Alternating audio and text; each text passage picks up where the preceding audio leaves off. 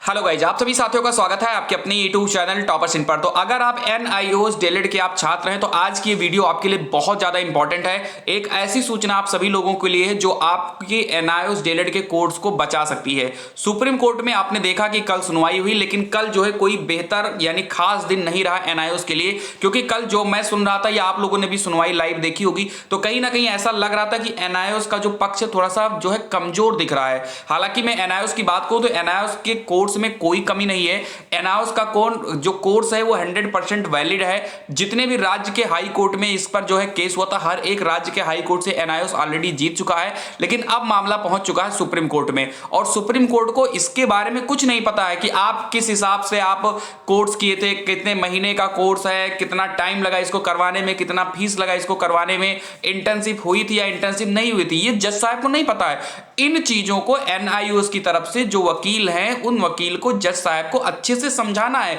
अपनी बात को अच्छे से रखना है, तभी वो अपनी सारी बातों को जो है यहां पर सुप्रीम कोर्ट में रख पाएंगे और सुप्रीम कोर्ट के जो जज साहब हैं वो NIOS के फेवर में फैसला सुना पाएंगे। फिलहाल कल के पॉइंट में जज साहब ने दो जो है यहां पर सवाल पूछे हैं NIOS डीएलएड के वकील की तरफ से। वो जो दोनों सवाल थे वो दोनों सवाल ऐसे थे कि उसमें जो है वहां पर फंसते हुए नजर आए NIOS के वकील, लेकिन फिलहाल अभी उनके पास टाइम है, डरने की जरूरत नहीं है। बस यही चीज मैं कह रहा हूं कि जितने भी NIOS के छात्र उनको संगठित होने की बहुत जरूरी है। आप सभी लोग सबसे पहले तो इस वीडियो को जितने भी NIOS के ग्रुप हैं उन सभी में इस वीडियो को आप शेयर कर दीजिए, क्योंकि कुछ चीजें कुछ पॉइंट में बताने जा रहा हूं उसको ध्यान से आप लोग सुनिएगा। तो वीडियो को जरूर शेयर कर दें और अगर सब्सक्राइब नहीं करो तो सब्सक्राइब कर लो, क्योंकि इस चैनल पर आपको अब NIOS डीएलएड की अपडेट आपको दी जाएगी, जिससे कोई भी अपडेट अगर सुप्रीम कोर्ट से आती है या NIOS की तरफ से कुछ काम किया जाता है या NIOS के जो छात्र उनके तरफ से आपसे कोई मदद मांगी जाती है तो वो भी मैं आप लोगों को अपने इस चैनल के माध्यम से बताऊंगा। तो वीडियो को शेयर करिए और सब्सक्राइब जरूर करिए। चलिए फिलहाल हम बात करते हैं कि यहां पर कल मामला हुआ क्या।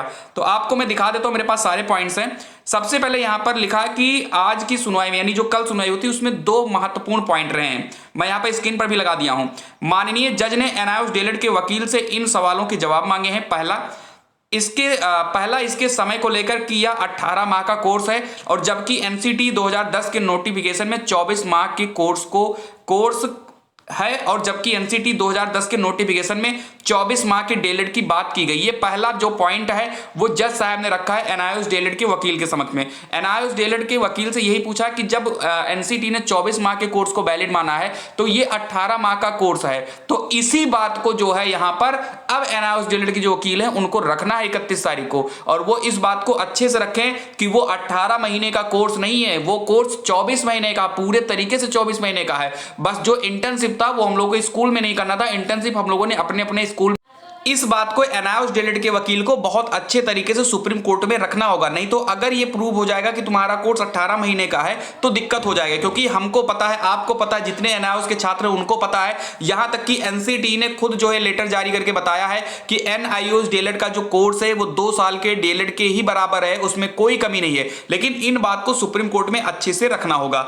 दूसरा पॉइंट जो यहां पर पूछा है जज साहब ने, दूसरा बिंदु यह था कि जब यह कोर्स इन सर्विस टीचर के लिए था तो फिर से अभ्यर्थियों को भर्ती में कैसे सम्मिलित किया जा सकता है जबकि वह पहले से ही सिस्टम में है। तो फिलहाल ये बात हो रही है गवर्नमेंट कॉलेज में, जैसे कुछ लोग एडेड में जो है नौकरी कर रहे हैं तो वो ऑलरेडी वहां नौकरी कर रहे हैं, उनकी नौकरी के लिए चीजें थी, लेकिन बहुत सारे लोग प्राइवेट में कर रहे हैं तो जाहिर सी बात है वो छोड़े होंगे या आगे चलकर वो सरकारी के लिए अप्लाई करेंगे। तो इन सब चीजों को जो है वहां पर रखना होगा। मैं तो यही कहूंगा जितने भी NIOS डीएलएड के छात्र हैं वो लोग जो है जो भी इसका नेतृत्व कर रहे हैं, भाई जाहिर सी बात है सभी लोग इसका नेतृत्व कर रहे होंगे, हर एक राज्य से कोई ना कोई NIOS की तरफ से अध्यक्ष होगा, पैरवी कर रहा होगा, वो सभी लोग एकजुट हो जाएं, जितना भी हो सकता है सभी लोग एक सुपर सीनियर वकील को हायर करें। क्योंकि यार सुप्रीम कोर्ट में होता क्या है कि जो सीनियर वकील होते हैं उनका एक अलग प्रभाव पड़ता है, उनकी बातों को बहुत अच्छे तरीके से अंडरस्टैंड जज साहब करते हैं। तो एक सुपर सीनियर वकील अगर हो सकता है तो आप करिए। मैं ये नहीं कह रहा हूं कि NIOS डीएलएड के जो वकील पैरवी कर रहे हैं वो गलत है या खराब है, मतलब सही भी है, हम ये नहीं कह रहे हैं कि वो खराब है, लेकिन आप अपने तरफ से कोई कमी ना छोड़िए। मेरे कहने का मतलब ये है,